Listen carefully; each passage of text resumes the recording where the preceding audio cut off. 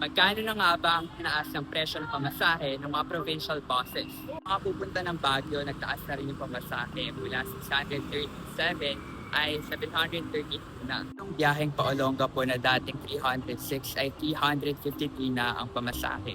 Biyahe namang pabaliwag ay 135 na mula sa dating 106. Biyahe naman pa Legazpi ay mula 1,050 ay 1,225 na. Pinatupad ng LTFRB yung fare hike para sa provincial buses noong March 14 Saturday. Ito naman yung general guidelines para dun sa pagtaas ng pamasahe para sa provincial buses.